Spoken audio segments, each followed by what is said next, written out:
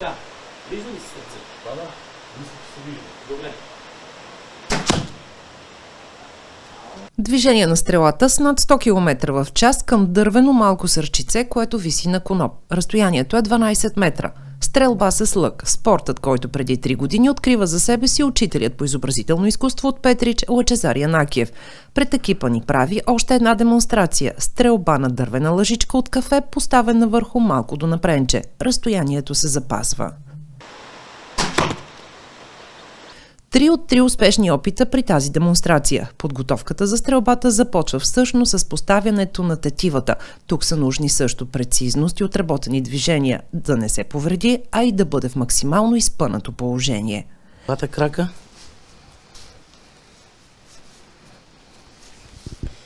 Изтеглям и поставяме тетивата на ухото.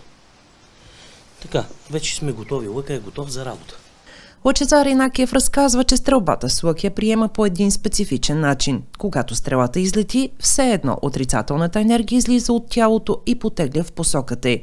От 3 години Янакиев е част от семейството на клуба по стрелба с лък Робин Худ София. Печели и втора награда на турнира за купата на кмета на Елин Пелин, проведен в НСА. Как открихте този спорт за себе си, господин Янакиев? Един подарък от Америка, който ми дойде. И така ми пасна на ръката, че все едно се бях родил с него.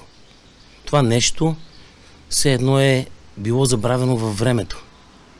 Никога допреди това не ви е идвало на ум да се занимавате с стрелба? Малки деца сме си правили някакви такива от смокиново дърво, от тръстика там, нали, такива лъкове, стрели, но не съм очаквал такова нещо и такава точност да мога да се демонстрира. Повече изкуство или повече спорт? Вие сте и човек на изкуството. Тази стрелба с... Да, то е свързано с изкуството, върви заедно с... Значи, човек стреля с ръцете, нали, като изпъва тетивата на лъка. Но той го усеща някакси отвътре. Има усете, който стрелата трябва да извърви този път и да оцели точно в целта. Мисловно си чертаете този път. Да.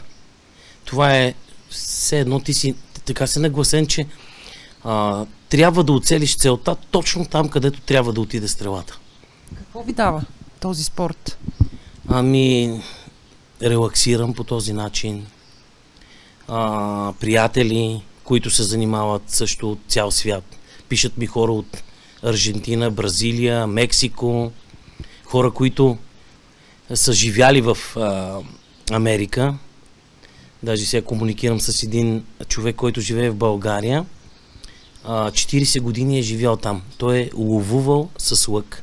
Прави лъкове в България. Живее мисля, че в Девин. И човека е дошъл тук и се занимава с това нещо, което цял живот го е вляко.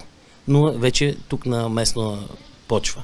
Ние не сме измислили топлата вода, дето се казва, но това нещо такова удоволствие ми доставя, че нямам думи, дето се казва. То е един вид релакс, един вид после спорт. Искаме даже такова нещо да направим и тук. Състезание, стрелба с лък, с исторически лък на Самуилова крепост. Тъй като там мястото е точно подходящо, също може да се направи и на Хераклея Синтика. Господин Янакиев, състезавате се от 3 години за спортен клуб Робин Худ, който е базиран в столицата, нали така? Да. Участвате в състезание. Казахте, че от 3 години сте преоткрили себе си за този спорт и веднага тръгнахте да се състезавате. Това беше един вид предизвикателство, защото аз качвах клипчета в Фейсбук. И хората гледат клипчетата, забавно им е, интересно им е. Така, нали, всеки казва, айде, кога ще видим на състезание, така. И отидох на състезание и спечелих медал. Никой не очакваше от мен това нещо. Избирате доста големи предизвикателства, сам към себе си отправите. Разбира се, колкото се може по-малко да бъде предмета. Тогава е по-интересно вече. Човек тогава вече се стреми да навлезе в материята. Все едно колко се може, дето се казва косъм да може да оцели, до такава степен.